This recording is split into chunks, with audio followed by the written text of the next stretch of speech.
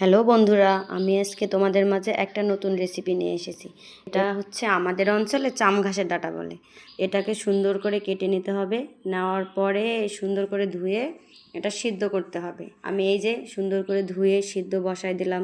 সিদ্ধ করা হয়ে গেছে। তারপরে হচ্ছে আমি এই যে এখানে আদা, রসুন, শুকনো মরিচ, লবণ দিয়ে সুন্দর করে বেটে নিলাম। আমি এটাতে বাটতে বেশি স্বাচ্ছন্দ্য বোধ করি। এটা বাটা হয়ে গেলে তারপর হচ্ছে আমি সেই সিদ্ধ করা ডাঁটাটা আবার সুন্দর করে মিহি করে বেটে নেব। তারপরে এদিক দিয়ে বাটা হয়ে যাওয়ার পর মশলাটা সুন্দর করে কড়ার মধ্যে আমি কষাই নিচ্ছি। সুন্দর করে মশলাটা কষানো হয়ে গেলে এই দেখেন আমার এই ডাঁটাটা কত সুন্দর মিহি করে আমি বেটে নিছি।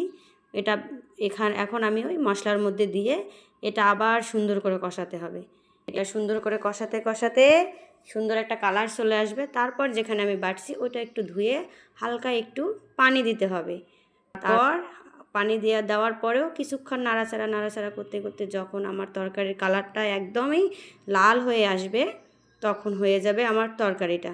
তারপরে হচ্ছে দেখেন তরকারিটা আমার কত সুন্দর হয়ে গেছে। আমাদের বাসায় হচ্ছে আমরা 3 জন আছি আপাতত।